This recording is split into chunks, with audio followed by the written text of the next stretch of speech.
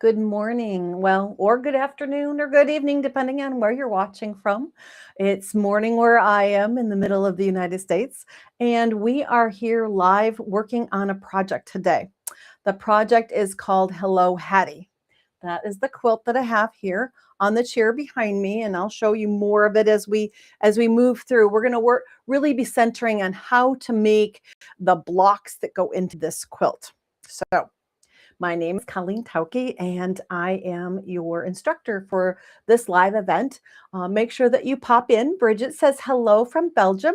I love it because I have Belgium roots, and it just makes me think of family history, which ties into a baby quilt. Whenever a new person is added into your family, it's a perfect time for you to be creative, pull out those fabrics that you've been either drooling over and petting for so while, and you just love them, or if you were in a quilt shop and you fell in love with some fabric and said, you have to come home with me, which is exactly what happened with this fabric line. I was on a weekend getaway and walked into a quilt shop. I'm trying to remember exactly where it was, somewhere along the Mississippi, on the east side of Iowa. And I just my jaw dropped, and I went, I have to buy some of this fabric, so it has to come home with me. And when I got a mom approval on the fabric line, she's like, yes, yes, yes. I just bought up a bunch and then decided later what we're going to make. Carolyn says good morning from New Mexico, Mountain Village. Mary says hello from Florida. Beverly says hello from Mississippi. We are glad that you're joining us. Now, sometimes when you have that aha moment of falling in love with a group of fabrics and you don't know for sure how much to buy, then it's always the question of how much. But the pattern for this will give you the yardage needed. I got lucky that the fabrics that I chose, I had others in my stash that I could add to it to kind of stretch and make that more scrappy appearance to our stars that are going into this. So Lorna says hello from Brainerd, Minnesota. Oh, you guys are going fast. Barbara says good morning from Victoria, Canada. Kelly says hello from Arizona. And Lisa says good morning from Wisconsin. We are glad that you're joining us. Now, because I found the focus fabric first, that was a little bit easier, knowing that I was probably going to be using that as a border, and then maybe incorporating it into something else within the project, so I could figure out that about a yard or so was going to be my border fabric, and 2/3 of a yard. So I had some left over, so I could make those other little things like bibs and burp rags and all those kinds of things from this, and have some accent fabrics. Let's see. We have hello from the Ukraine. We are so glad that even our international quilters are popping in to say hello. It makes us feel like that our quilt community just reaches around the globe as we come together to work on projects. Sandy saying greetings from Austria. We are glad that you're joining in. So I picked up my focus fabric, my border fabric, with these cute little, I knew that the mom loved pastels, and these were little like jungle animals. And that gave me all the inspiration for the other fabrics that I wanted to use in my quilt. So those greens, the corally pinks, even the grays in that. I didn't go towards the yellows. That wasn't always my favorite color, but the pinks, since we knew it was a girl, kind of the corally pinks, I went ahead and added those. And your pattern will actually say fat quarters. You can cut your pieces from fat quarters on this one. There is one that you will have to get more of that becomes the sashing between the blocks, just because when you try to put stars like this or blocks like this with points on the outer edges, it's really hard to match those up. So it's a lot easier to add sashing between your blocks, and then it's a breeze to be able to join pieces together. You don't have to worry about those lumpy intersections of the points. And then you can put just a cornerstone between those as you're joining your blocks and keep everything lined up nice and square. So fat quarters, are going to be all of your piecing mostly. A nice nation you like, maybe you like brights, maybe you like batiks, maybe you want farm prints. I had at least 2 fat quarters. I used greens. You could convert that to another color. I used 3 fat quarters of pinks. Again, convert those to colors that you like. Try to keep maybe a continuity. Match it with maybe what you want to use as a border fabric. That's the best place to find your inspiration, is those border prints, because they tend to have multiple colors within them. And then I decided that there was a little bit of gray in those in that border print, and they had check. And if you follow me, you know I like stripes and plaids. So a gingham and this fun little kind of taupey gray, and I wanted to use that as binding. So I was going to be cutting bias. So it will tell you on there that if you prefer bias binding, you're going to need a little bit more yardage in order to do that, unless you happen to run across one that's printed on that diagonal already. That makes really great binding. Rita Marie says hello and good morning from Illinois. Maggie says good morning or good afternoon from Wiltshire, UK. And Teresa says nice raining morning in Alabama. Well, we have great sunshine here today, cold but sunshiny. So it's a fun day to work on kind of one of those uplifting kind of projects, a baby quilt. So once you get through all of your yardage and have all your your fabrics all coordinated, it's time to get into the cutting. And we're going to look real quick at what the block itself, and there is a diagram of the block on page 5 of the pattern. Remember, the patterns are always available.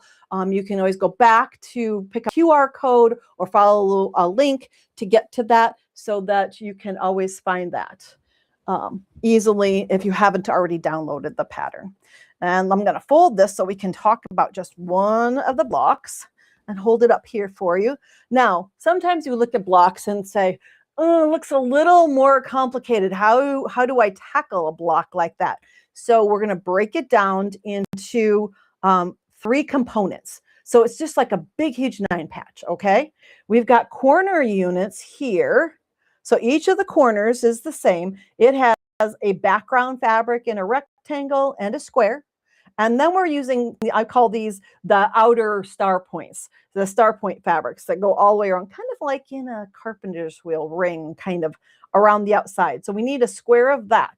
And we're going to make all of those corners. And so we've got 4 pieces out of the way. Then we're going to come into this section along each of the sides, and we're going to make a flying geese unit. And if you haven't done those before, this is a very traditional approach to the flying geese. I didn't do the multiple faster technique because each of these blocks is put together a little differently. Different color combination. Those fat quarters, the fabrics that I had, I was designing out of that. So in order to write the pattern, I wanted you to make 1 star at a time. You'll have enough fabric out of your fat quarters to make it scrappy. And so I didn't quite do that. I like to do fast techniques, but in this one, I did a traditional kind of approach. So if you haven't made flying geese before, this is the very traditional method. You're going to have a rectangle of a background fabric. You're going to use 2 squares of this star point fabric, and you're going to do diagonal seams. So we're going to make 4 of those and then attach a rectangle that makes this kind of this coordinate, this inside kind of boxing. So we're going to make 4 of those. So those go on each of the side, middle of each side, and then we'll make a simple pinwheel block for the unit for the very center. So if we break this down, we just have 3 units to make. And because you're working out of your fat quarter coordinations, you'll be making and building 1 block at a time. And I think once you see how quickly you can make the different units, I think then you'll realize that this is a block that's very versatile, very easy to make, and you can convert this into 3 blocks for it. Table runner, you could make a block. There's so many fun things you could use out of it. It has kind of a versatility to it. We have a hello from Sri Lanka. Isn't that wonderful? We've got a good morning from Utah. Hattie is waving to grandma. guess what? This is Hattie's hello. And Miss Hattie must be home with Mama this morning. And so Miss Hattie is actually pictured in the pattern so you can see what one of my granddaughters looks like. She is Hattie Bug, and we love her dearly. Hattie Bug is going to be joined by a sister soon. So guess what? Grandma has to get on the stick and make Sissy's quilt very, very soon. And that will come to a video event probably that you will see. Okay, let's get working on the different portions of Hello Hattie. We're going to make these outer corners. And because we are kind of trying to think in kind of a streamlined way, we're going to put them all in the same orientation, because it's the easiest for our brains to work. So we've got a rectangle, a square, and these are the background fabrics. Nice part about this pattern is that we're not really cutting any hard shapes. Everything's a square or a rectangle. So if you're new to quilting, this is a really good practice on accuracy. And then we're putting a one of those star point fabrics. So it's going to be in that outer ring out here. We're going to put one of those squares onto a background square. So you can set up to do all 4 of the corners at once. And I'm going to call it micro chain piecing. Chain piecing is when we have all the units, maybe for the entire quilt, that are all very similar, all lined up, and we decide to stitch all of those one after the other. But in this case, we're going to do one block at a time. I'm going to reach over really quick and get my iron warmed up there. Make sure that your iron's nice and hot so you can press as you go here. You would be putting all 4 the pieces similar to this into the machine at once. And then you would have your little 2-patch, and making sure that you keep them oriented. It just makes a little bit of the seams that come together later oppose and be nice and sweet. So if you orient them according to the diagram in your pattern, we're going to press to the darker fabric. In this case, it really won't matter which direction, but a lot of times our standard kind of go-to is press it toward the darker fabric so we don't see that shadow line of the seam underneath. And I finger press that open, so I make sure I get it all the way to the seam line, and then we're going to give it a quick press. It's always best if we can take that step to press in between. It keeps things flat. As we join pieces together, they stay neat and tidy. This is also a very good check for you as a quilter.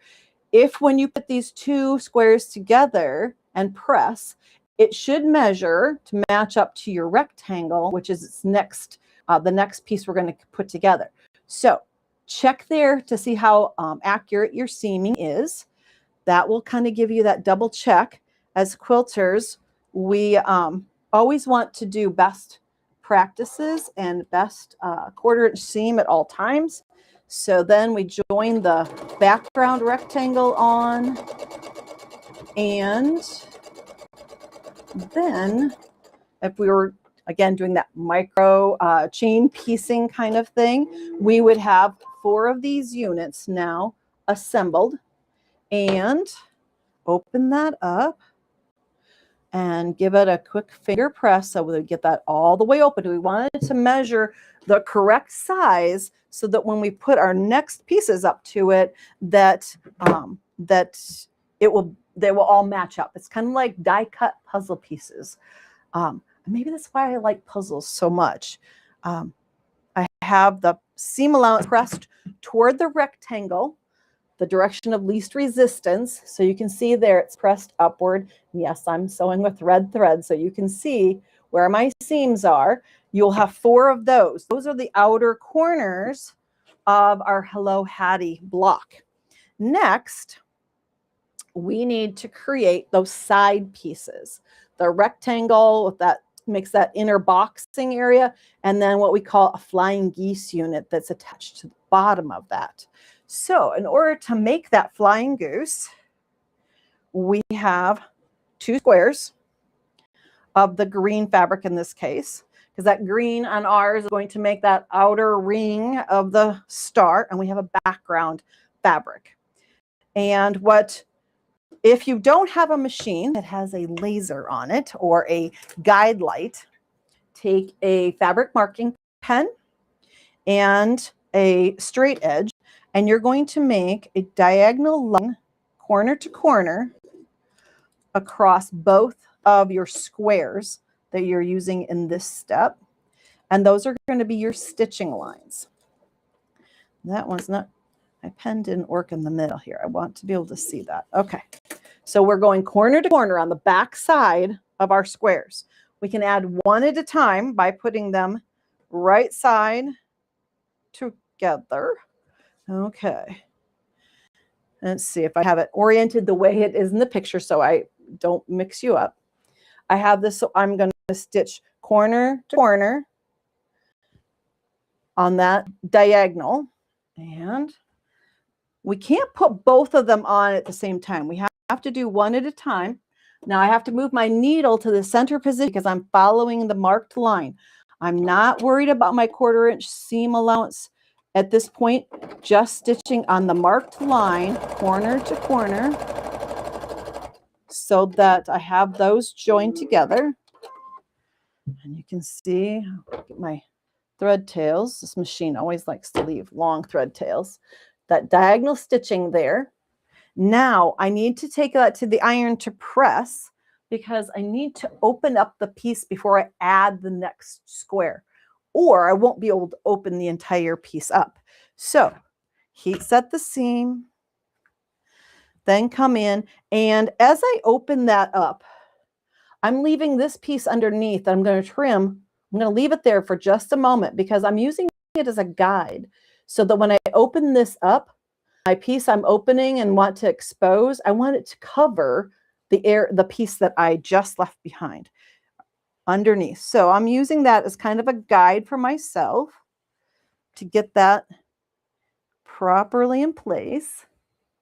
We have Carrie saying hello from Northern California. Kathy says good morning from Saskatchewan, Canada. Yay.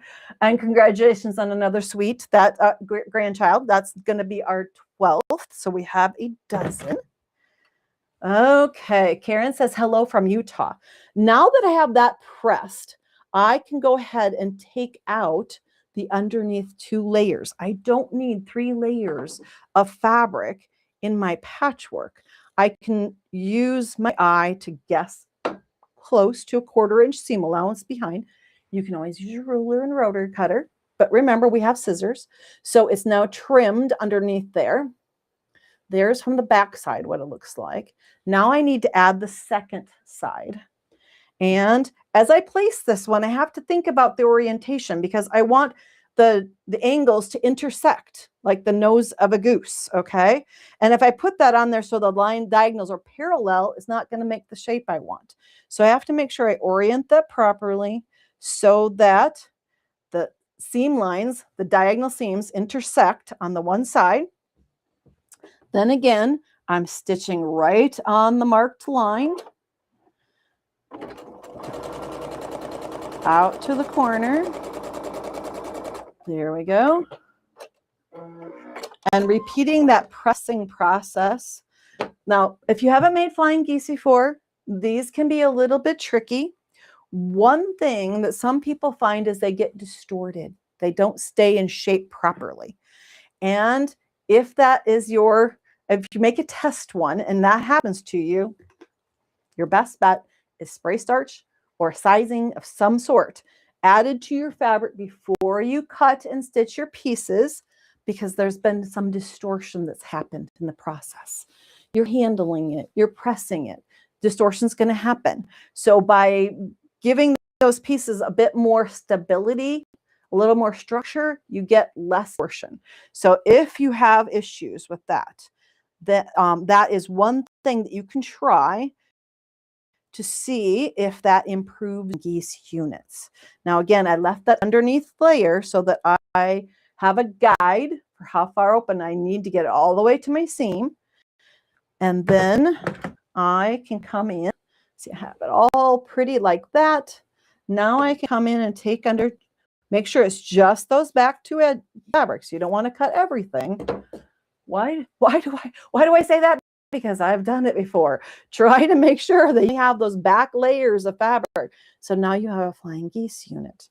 That flying geese unit is joined, and to keep yourself honest, again, that should match up to that boxing fabric, that insides we're adding to it. You want those to be the same width across, so you'll know if you're cutting and you're pressing and you're seaming are all accurate.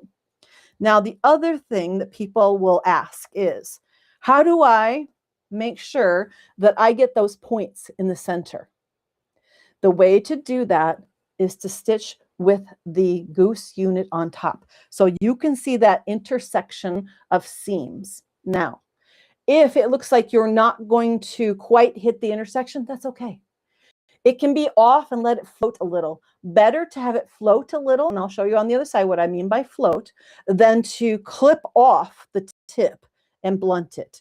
So on the front, I'm going to be really honest, that one is not perfect. Those green fabrics kind of crisscross before it gets to the pink. But your eye corrects in the quilt. Close counts sometimes, okay? So don't worry if it's not absolutely in that intersection. That's what we're trying to shoot for.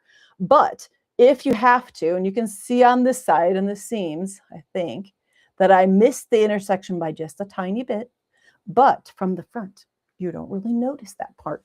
All you see is that there is a light background and the pieces look nice and crisp. So 1/4 inch seam allowance back on our machine setting here. So remember that when you go back and forth, so your seam allowance is the right width. When you're following lines that you drew, you don't need to have it set at a 1/4 inch seam. But when you're going back then to joining units, you need your seam allowance or your setting in your machine. If you've got a setting for a 1/4 inch, make sure you get it back to the proper place for your needle.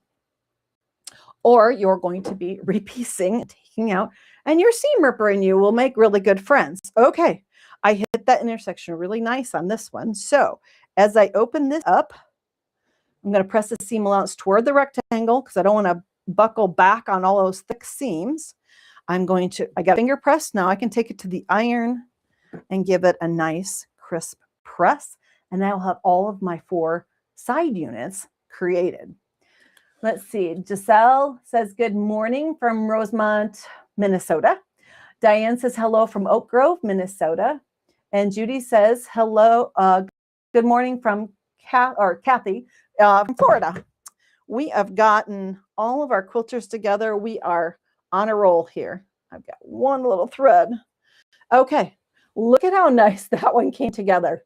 Doesn't usually happen that way on camera, but I have a really nice point there. My intersection is perfect. Sometimes it works out. Now, I'm going to lay these out so we can see our progress. When we go to arrange these, there's a page that has block arrangement on it, but we're going to lay these out. Remember, with that little green piece, it needs to go toward the center. So as you arrange that, laying them out, we've got our side units, the bar that's going to make that boxing piece goes toward the center, like that, toward the center, toward the center, and toward the center. Now, all we have left is that square in the middle. All we have to do is make that little pinwheel, and I have 2 pieces already done. Remember, you're cutting that on when you're making half square triangles 2 at a time, that your pieces are larger than what they are in the rest of this piece. These are 3-inch squares. So you're going to take your 3-inch square, match it up with one of the background fabrics. That's my light here with the sweet little pink flowers. I marked on the back side of that light square, corner to corner. That's going to be my cutting line in this one. So I'm stitching 1/4 inch on either side of that marked line. So be very cautious about when we mark things, sometimes that's a stitching line, sometimes that's a cutting line. So make sure in your instructions that you notice which you're doing. You can see here, I went down one side, across the corner, and then back up so that I can make the 2 at a time in one stitching attempt. Okay. Now, once I have that stitched, I can then simply cut up the center and do my pressing and press everything in the same direction. I press toward the pink on the other two, so I'm doing the same on this one. Open that all the way to the seam, nice and neat. And you have all 4 pieces that you need now to make a pinwheel. But there's always a but. There's always one step. When I make half square triangles 2 at a time, I know that distortion is going to happen. I know they're not going to be exactly perfect. And in order to do 2 at a time, you would have to cut 2 7/8. I hate cutting 7/8. So what I have done is upsized it 1/8 of an inch. It's much easier to cut a 3-inch square than it is 2 7/8. So see, good morning from from Pat in Jackson, Minnesota. We have a lot of Minnesotans watching today. Half square triangles 2 at a time. They are a tiny bit oversized, and you always need to take away those dog ears. So my handy dandy little ruler for trimming. I'm going to go in and drop my ruler on the diagonal line so that I know that I have, because we're taking the center out of this. It's just going to trim on 2 sides and then across the top. And then I'm going to rotate the block, keeping my ruler in the same position. There are trim tools out there. You can use just a 4.5-inch square. I've got this little handy 3.5-inch square that I love to have just because it's smaller, fits my hand. It's easier to keep stable when I'm cutting. So this little 3.5 is my kind of go-to when I'm working on small items. And I can trim these to 2.5 inches. So if you finish and all of a sudden your pinwheel is too big, it's because you forgot to trim. I like when half square triangles go together in this nice, neat, trimmed fashion. And my dog ears are gone. I don't have about those anymore. Don't need all the excess fabric getting in the way as I'm seaming things together.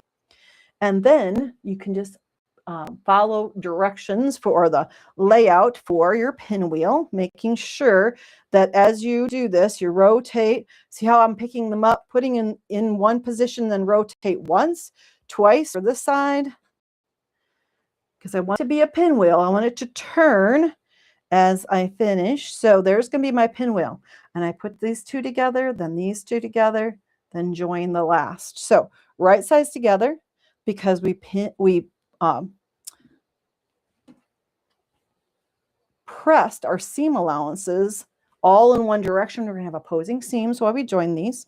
I'm not going to move them out of position because I want to bring them over to the machine and I want to join them one after the other. So again, kind of that micro chain piecing because I want this little unit to stay together as I'm putting one through the machine, and then I'm going to pick up the second, really making sure those seams are right up against each other because they're opposing seams. They'll fit nice and tight together. So that means my section in the center will be nice and tidy.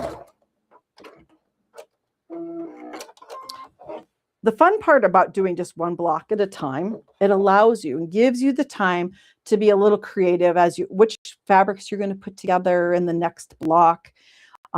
Sometimes we only have so many minutes to sit down and sew. We can work on one block or the units for one block and feel like we have accomplished something. I think as quilters, we like to check things off our list.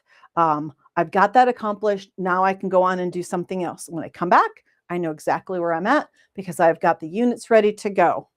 So that is kind of my approach to making a quilt like this and enjoying the process. Now, because we stitched them one after the other through the machine, now as I open them up, I'm figuring out my opposing seams.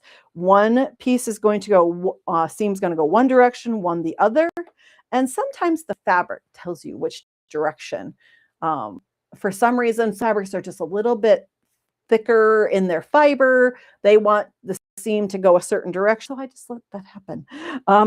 We are pretty much having all of our seam allowances kind of going in one direction clockwise around the block. And because they're tacked together there, I can fold them one on top of the other. I've got my opposing seams in the center. I'm going to pinch right where that intersection is and give it a quick look, and I think it's going to join perfectly. This is why that trimming of a seam of those half squares really does help us in our patchwork when it comes to putting together blocks like this, where we're going to have intersections that we want to match up nicely, because everything trimmed, they really can't get too far out of line. So here is the moment of truth, whether or not the very center, oh, sweet little intersection of our pinwheel for that center.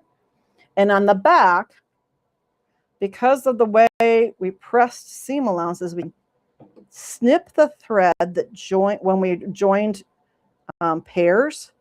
I'm going to snip that thread just so if I can get to it. The tip of my scissors. Now I can pop my seam allowance in the very center to reduce the bulk. And I'll have a tiny little pinwheel in the very center of the back. So now my seam allowances are going in one direction around the block, making sure to take it over to the iron. I want that nice flat center so I can put my, what is now just a nice patch together to make Hello Hattie. So got that one nice and pressed. Lays beautifully since we've got popped open like that. So we've got the center unit now. The times come when we line things up, everything came out so that the different units actually match up perfectly, edge to edge. Now it's basically create a row, create a row, create a row, and join row. And you have the blocks for Hello Hattie. Now, I talked briefly about how I put the sashing in between blocks because of these points on the outer edge. Not fun to join block to block. So I cheated and put in that little sashing, which just adds more color to the quilt. A little cornerstone in between, and then joined the borders onto the quilt. The borders are cut in increments that are similar to the increment within the quilt. Sometimes people say, well, how wide of a border can I put on a quilt? Using the math of the quilt usually helps. So around a 4-inch or 4.5-inch border then, and then the bias binding, I think, really helps pop that edge. By cutting this, I had to cut bias pieces, but it was worth the effort to create that outer edge on her quilt. And then never forget to put the label on the back. I chose a really fun flannel and a mint green to go with the front of the quilt in polka dots, and created a little label, again, using even edging that with some of the bias strips from the binding, so that you always put your maker's mark on the quilts that you make and create those memories for friends and family in the future. Bree says good morning from the Netherlands. Let's see who else. We have Karen saying good morning from Indiana. Sheila saying good morning from Boaz, Alabama. We are glad that you're joined us. Hello Hattie, the pattern is available. Pop in and pick up a cut and see what creation you can create from fat quarters and some fun accent fabrics from your stash. Thanks for joining me today. Hi, Hattie.